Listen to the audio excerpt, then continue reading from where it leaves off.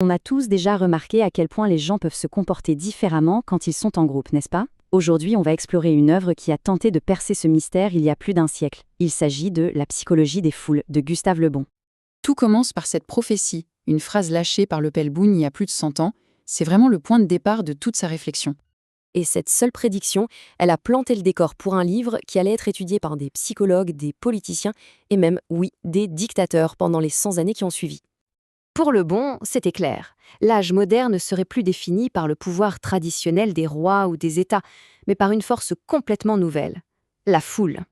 Et attention, pour lui, ce n'était pas du tout un progrès. Au contraire, il y voyait le retour d'une force primitive, destructrice, une véritable menace pour la civilisation. Bon, on parle de foule, mais qu'est-ce que c'est exactement une foule, dans l'esprit de Le Bon? Est-ce que c'est juste un groupe de personnes au même endroit?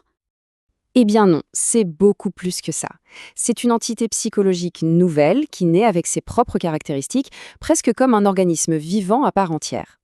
Et ce qui est vraiment fascinant, c'est la transformation radicale qu'il décrit. Un individu cultivé et rationnel, une fois plongé dans la foule, devient instinctif, presque barbare.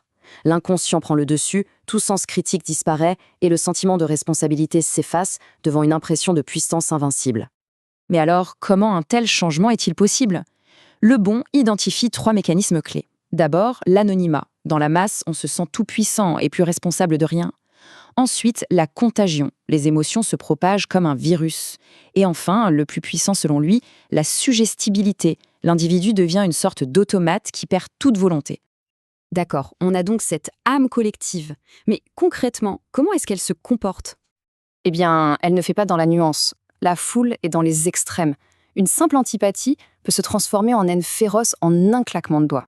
Et ça mène à l'un de ses traits les plus dangereux, son incroyable crédulité. Comme le dit Le Bon, pour une foule, l'invraisemblable n'existe pas. Un événement historique réel illustre ça de manière assez saisissante. Imaginez la scène. Tout l'équipage de la frégate, la Belle Poule, officiers comme marins, voit distinctement un radeau de naufragés. L'amiral envoie un canot de sauvetage.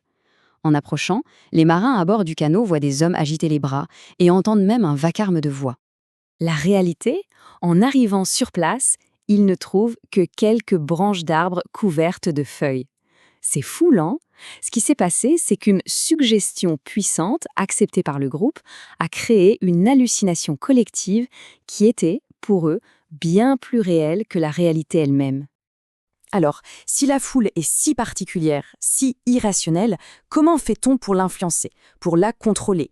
Le Bon nous donne un véritable mode d'emploi. La première règle, c'est d'oublier la logique et le raisonnement. C'est inutile. Le seul moyen, c'est de s'adresser à l'imagination et aux sentiments de la foule. Il faut créer des images simples, fortes, saisissantes, sans jamais s'encombrer de détails ou d'explications. Il a même résumé la méthode en 3 étapes, d'une simplicité redoutable. D'abord, l'affirmation. Des phrases courtes, fortes, sans preuve. Ensuite, la répétition. Marteler encore et encore les mêmes messages. Et enfin, la contagion. L'idée se propage alors d'elle-même, comme une épidémie. Selon Le Bon, la foule finit par élever ses héros au rang de divinité. Elle leur accorde un pouvoir absolu et attend en retour une soumission totale, sans poser de questions. Pour elle, un meneur, c'est tout ou rien. On parle d'un livre écrit en 1895, mais ses idées ont projeté une ombre très très longue et souvent assez sombre sur l'histoire moderne. Il suffit de voir la trajectoire de l'œuvre, succès mondial à sa sortie. En 1921, Freud lui-même y répond directement. Au XXe siècle, des leaders comme Mussolini ou Lénine l'auraient étudié de près. Et aujourd'hui, ces théories sur l'affirmation et la contagion sont d'une actualité troublante pour comprendre les meutes en ligne et le phénomène des influenceurs viraux. Au fond, son travail est un avertissement assez glaçant sur les forces inconscientes et irrationnelles qui peuvent nous guider dès qu'on se rassemble. La grande leçon, c'est que la foule n'est pas la somme des individus qui la composent, c'est une régression vers un état plus primitif et beaucoup plus volatile. Et ça nous laisse avec une question assez vertigineuse pour notre époque. À l'heure des hashtags viraux, des bulles de filtres, des meutes numériques, ne serions-nous pas en plein dans cette ère des foules prédite par Le Bon? Les forces qu'il a décrites sont peut-être plus puissantes aujourd'hui que jamais.